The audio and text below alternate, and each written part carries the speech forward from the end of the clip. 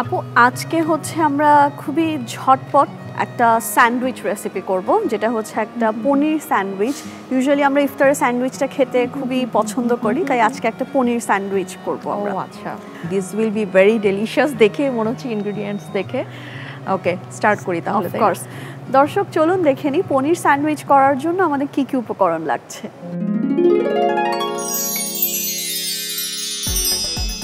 Recipe: পনির sandwich.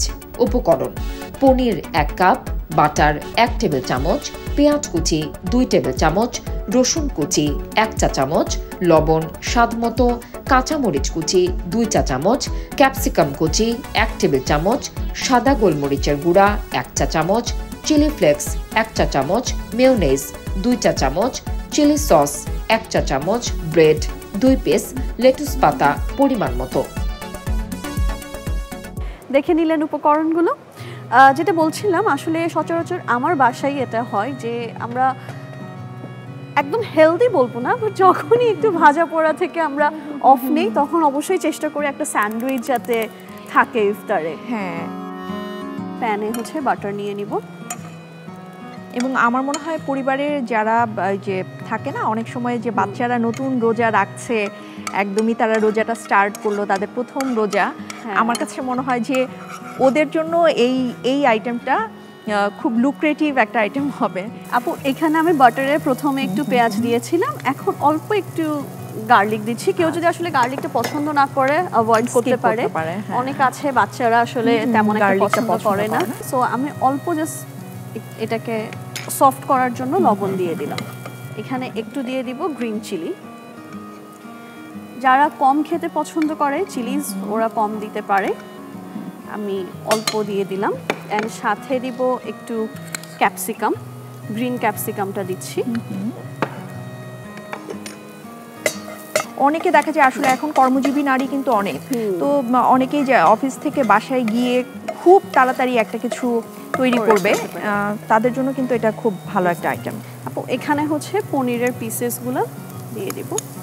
পনির দেওয়ার পর আমরা বেশিক্ষণ কুক করব না, না হলে পনিরটা গলে যাওয়ার একটা চান্সেস থাকে।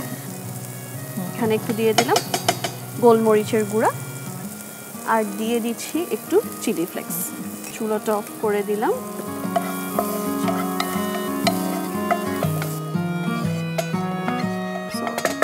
এই ফিলিংটা হচ্ছে আমরা এখন একটা বলে ঢেলে নেব।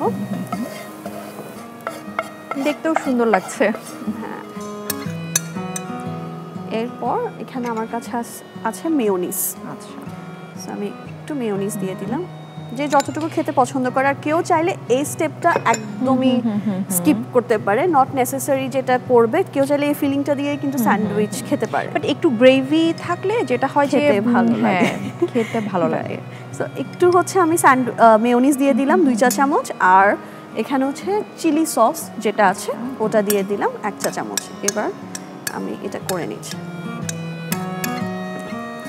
আমাদের ফিলিংটা রেডি।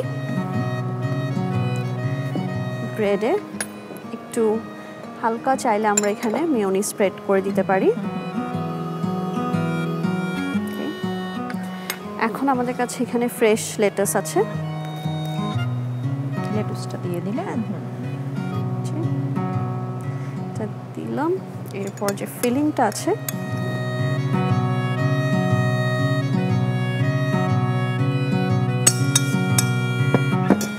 আমরা ওভার ফিল করব না, যে এইভাবে জাস্ট আমরা এটাকে দিয়ে দিব। প্যানটা একটু হিট হয়ে আসলে আমরা হচ্ছে বাটারটা দিয়ে দিব।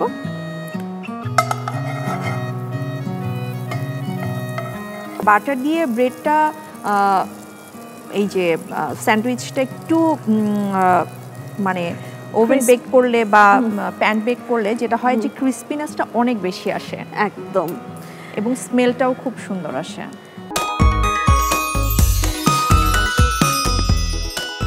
আপু স্যান্ডউইচটা একপাশে হয়ে গিয়েছে, আমরা হচ্ছে এখন, এবং খুব সুন্দর একটা স্মেল আসছে, মানে বাটার একদম ব্রাউন টোস্টেড একটা স্যান্ডউইচ।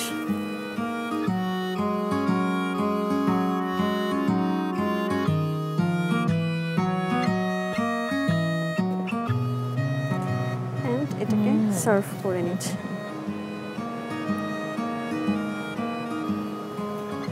এখানে কিছু লেমনের স্লাইস দিয়ে দিলাম। কেউ যদি টমেটো পছন্দ করে। আপু, এই যে আমাদের কুইক পনির স্যান্ডউইচ রেডি।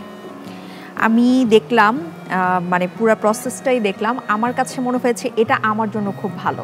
তো আমার কাছে মনে হয় যে দর্শকরা তো অবশ্যই ট্রাই করবে, আমিও ট্রাই করব এবং খেতে খুবই মজা হবে। আমি এটা এখন ট্রাই করব, খেয়ে দেখব কেমন লাগে ইফতারের পরে।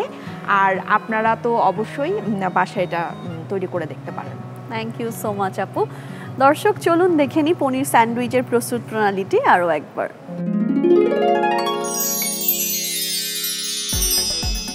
রেসিপি পনির স্যান্ডউইচ।